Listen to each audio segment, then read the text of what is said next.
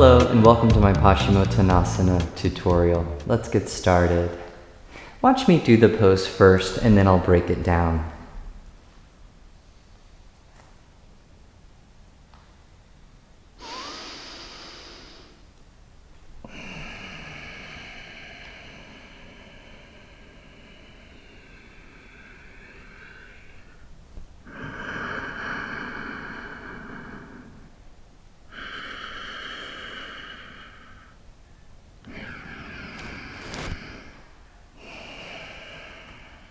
Okay, let's begin by talking about the legs.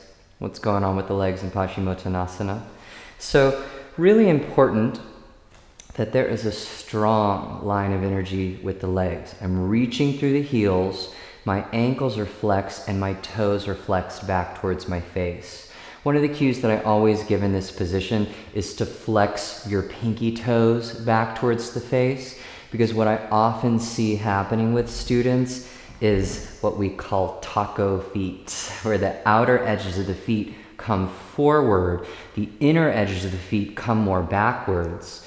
And over time, what's happening is we're only stretching the outer line of the legs. The inner line gets weaker and tighter over time. And that's a great way to tear a hamstring attachment. So really important that the feet, the balls of the feet, are completely in one line, pinky toes flexed back. Second thing that's important is the knees. So I prefer straight legs in Paschimottanasana. However, for newer students who are tight and cannot fold forward, they may bend the knees to grab the toes. For extra tight students, they may even separate the feet and grab the outer edges of the feet. And this may look like Paschimottanasana for someone who's new to yoga or someone who is really tight through the hamstrings and the lower back. Not a bad place to start. So for students that have straight legs, the backs of your knees should reach down towards the floor, and you want the backs of the heels also down on the ground. The heels should never come up off the floor. They stay down to keep that through line through the legs. And also, the stretch should be through the Achilles, the calves, the knees, the hamstrings. When I'm doing my Paschimottanasana correctly, I know I got a good one because I feel my calves stretch, my Achilles tendons stretch, even the soles of my feet stretch. Now, once we have the legs, pinky toes flexed back, next is the setup. It's the setup I talk about in almost every single asana. I inhale and I lift my chest. And we're creating that length through the spinal column. And then now the trick as we enter Paschimottanasana is to maintain the length through the spinal column. And that's done by maintaining this back bending shape as you fold forward. A cue that I often give for this is inhale, lift the chest, exhale, just the bottom ribs move forward. Okay? Ideally, you're keeping this length from belly button to pubic bone. This should never shorten. As soon as we shorten here, we take the pressure in the lower back instead of the hips, the pelvis, the pelvic floor, where it belongs.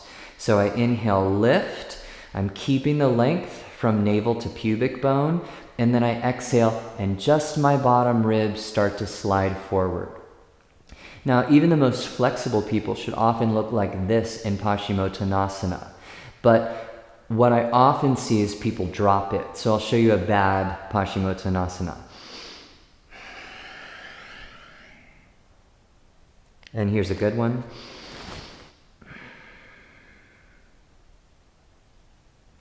So in the second version, I kept the back bend, I kept the length, and I just was moving bottom ribs forward.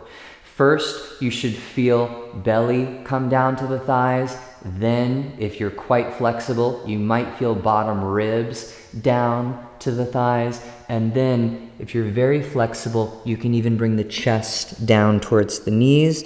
And from here, you reach the top of the skull towards the feet.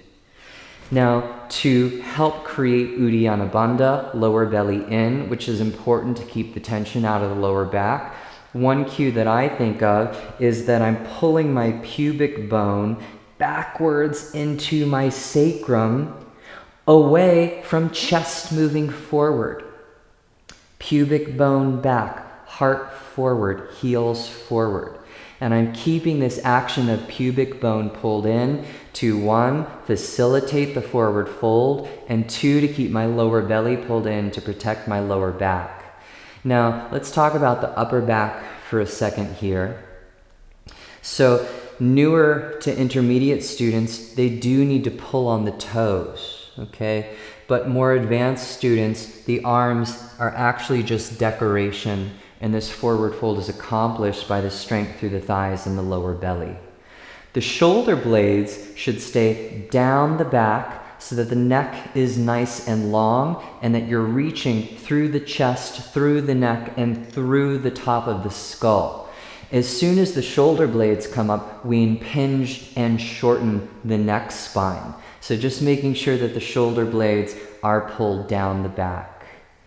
The last thing I want to talk about is the breath cues, the way we enter and exit the pose. So I inhale to lengthen, I exhale to move.